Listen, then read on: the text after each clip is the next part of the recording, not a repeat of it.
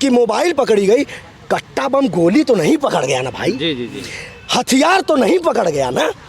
देखिए, इस समय हम लोग हैं आजमगढ़ और यहाँ की एक घटना पूरे देश में इस समय छाई हुई है, श्रेया तिवारी। और इसी भी देखिए हम लोग पहुँचे हैं इस समय कुंवर उद्यान में, जो कि आजमगढ़ में स्थित है। और हमारे साथ देखिए सामाजिक कार्यकर्ता जुड़े हुए हैं। और सबसे पहले हम आपका नाम जानना चाहेंगे। जी, मेरा नाम विवेक पांडे है। हाँ। और मैं आजमगढ़ का एक सामाजिक कार्यकर्ता। तो जिस प्रकार से ये घटना घटित हुई है एक प्राइवेट विद्यालय में, आपका क्या नज़रिया है इसको लेकर के? देखिए, नज़रिए की बात कर रहे हैं आप।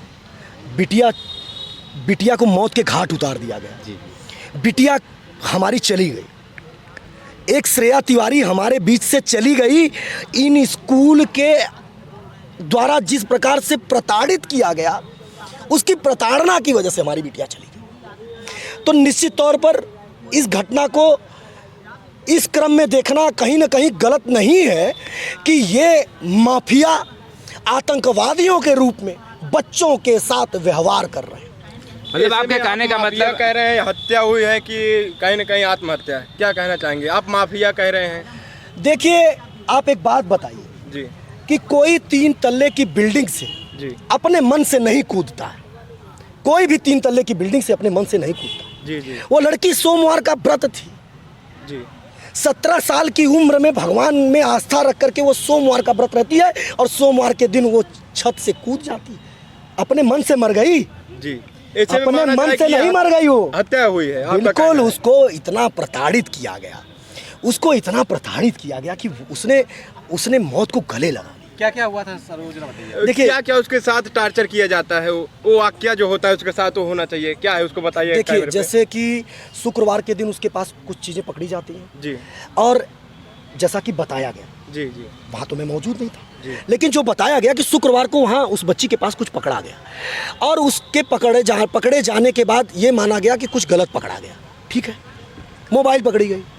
तो पहली बात यह है कि अगर आप ये कह रहे हैं कि मोबाइल पकड़ी गई, कट्टा बम गोली तो नहीं पकड़ गया ना भाई। जी जी जी। हथियार तो नहीं पकड़ गया ना कि आप उसको टॉर्चर कर डालें। जी। देखिए, बात कुछ और है। उस बात को प्रिंसिपल महोदया को आकर के बताना चाहिए। लेकिन ये तंत्र, जिस तंत्र को लेकर के ये लोग काम कर रही हैं, ये माफिया तंत्र है।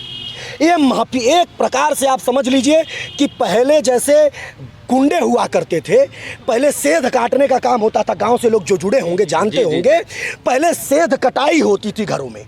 अब इन माफियाओं के द्वारा घर घर में सेध कटाई का काम किया जा रहा है। पैसे के नाम, फीस के नाम पर, बस के किराए के नाम पर, शिक्षा व्यवस्था के नाम पर, फीस के नाम पर, कॉपी के नाम पर, पेंसिल के नाम पर, जूते के नाम पर, मोजे के नाम पर, टाई के नाम पर, बेल्ट के नाम पर, हर नाम पर लूट हो रहा है। तो मतलब आप जो है कि जो प्राइवेट विद्यालय है उसको जो है आतंकवादी की संज्ञा दे रहे हैं। बिल्कुल है। अगर इस तरीके की घटना हो रही है तो आप मुझे बता दीजिए ना, ये तो अंग्रेज है, हिटलर जो चाहेंगे वो होगा। इनको लग रहा है कि ये जो चाहेंगे वो होगा, इसीलिए भाई आज इन्होंने बंद कर रखा है। आपको पता है? जी हाँ। पूरा विद्यालय, यूपी का CBSE ICSE बोर्ड बंद है। आप समझ रहे हैं किस प्रकार का मनोवैज्ञानिक दबाव बनाया जा रहा है।